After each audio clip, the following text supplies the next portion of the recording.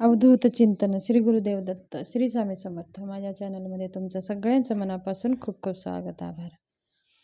चला तर मग आज आपला विषय आहे, आपण आपल्या घरामध्ये अखंड लक्ष्मी राहण्यासाठी रोज संध्याकाळी देवासमोर दिवा तर आपण लावतच असतो, पण त्या दिव्यामध्ये अशा ह्या वस्तू जर टाकले तर आपल्या घरातली नकारात्मकता जाईल आणि लक्ष्मीचं अखंड वास राहील.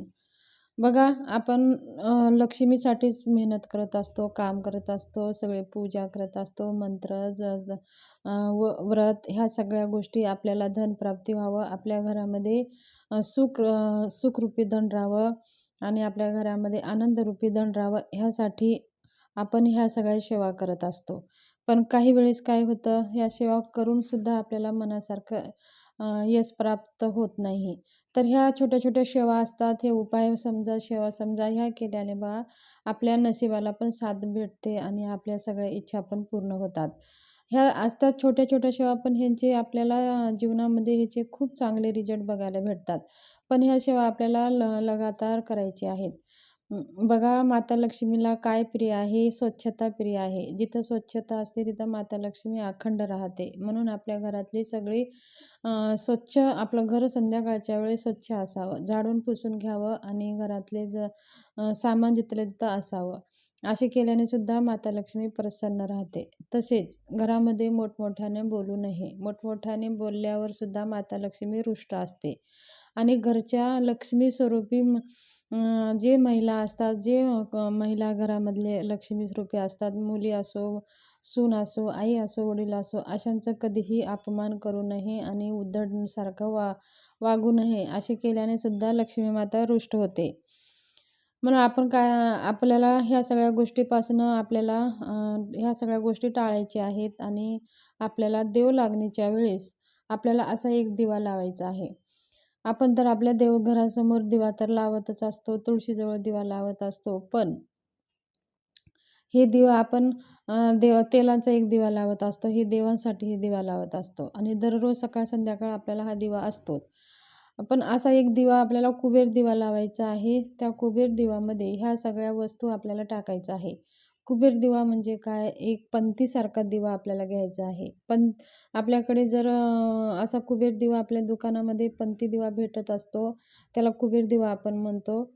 पण तो भेटला नसेल तर पंती घेतला तरी पण चालेल. तर आपल्याला त्या पंतीमध्ये काय करायचं आहे, एक वात घ्यायची आहे आणि एका वाताचे 2 वाती करायचे आहेत आणि आपल्याला शुद्ध गाईचंच तूप घ्यायचं आहे.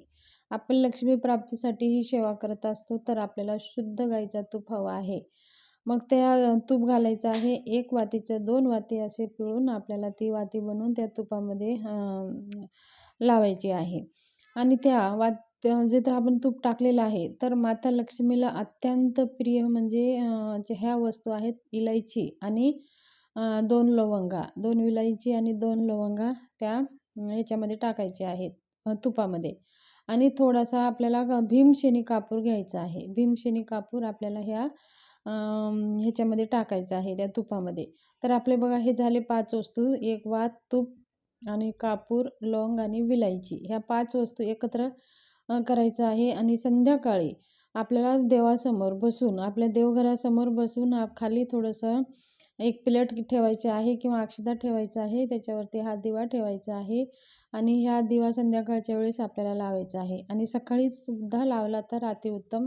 सकाळ संध्याकाळ दोन्ही टाईमला हा दिवा लावला तरी आपल्या घरामध्ये बघा खूप काही धन येण्याचे मार्ग भेटतील आणि आपल्या अनेक जे धन येतं ते आपल्या घरामध्ये स्थिर राहील आणि माता लक्ष्मी आपल्यावर प्रसन्न राहील.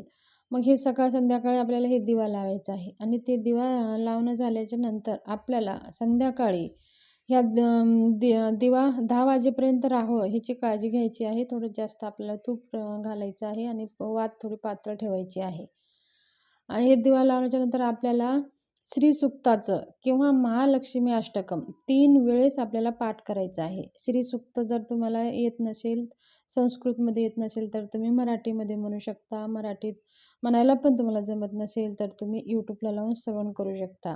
महालक्ष्मी अष्टकम हे वैभव लक्ष्मीच्या ग्रंथामध्ये हा अष्टकम दिलेला आहे. त्याच्यावर बघून आपण हे महालक्ष्मी अष्टकं 3 वेळेस म्हणू शकता.